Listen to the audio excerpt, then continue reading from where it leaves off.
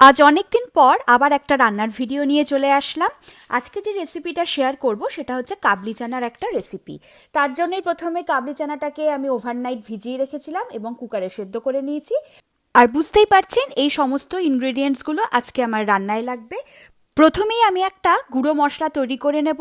মশলার মধ্যে রয়েছে হচ্ছে গরম মশলা, তেজপাতা, শুকনো লঙ্কা, গোলমরিচ, জিরে, মৌরি আর রয়েছে কসৌরি মেথি।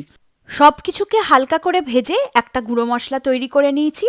আর অন্যদিকে আদা, রসুন, পেঁয়াজ, কাঁচা লঙ্কা আর দই দিয়ে আরেকটা মশলার পেস্ট তৈরি করে নিয়েছি।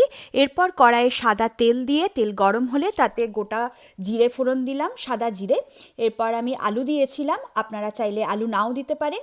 আলুটা একটু নুন দিয়ে ভালো করে ভেজে নিতে হবে। ভাজা হয়ে গেলে ওই যে মশলার পেস্টটা করে রেখেছিলাম সেটা দিয়ে দিলাম। তার সাথে সাথে আরেকটাও মশলার পেস্ট করে রেখেছি, সেটা হচ্ছে টমেটো আর কাজু দিয়ে। এই সমস্ত কিছু মশলাকে একসাথে দিয়ে ভালো করে কষাতে হবে। বেশ কিছুক্ষণ কষানো হয়ে গেলে এর মধ্যে আমি দিয়ে দিয়েছি হলুদ গুঁড়ো, লঙ্কা গুঁড়ো, অল্প একটু জিরে গুঁড়ো আর তারপর দিয়ে দিলাম পরিমাণ মতো নুন। সমস্ত মশলা ভালো করে কষানো হয়ে গেলে সবার শেষে দিয়ে দিলাম যে গুঁড়ো মশলাটা করে রেখেছিলাম সেটা, আর দিয়ে দিলাম পরিমাণ মতো চিনি। মশলা কষানো ভালো করে হয়ে গেলে যখন তেল ছেড়ে আসবে এর মধ্যে দিয়ে দিলাম সেদ্ধ করা চানাটা। তারপর দিয়ে দিলাম পরিমাণ মতো গরম জল। যেহেতু কাজু বাটা আছে, একটু জল না দিলে একদম শুকনো শুকনো হয়ে যাবে।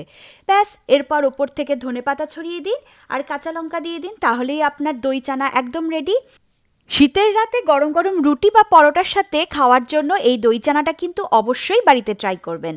আজ এটুকুই, দেখা হবে পরের ভিডিওতে। টাটা।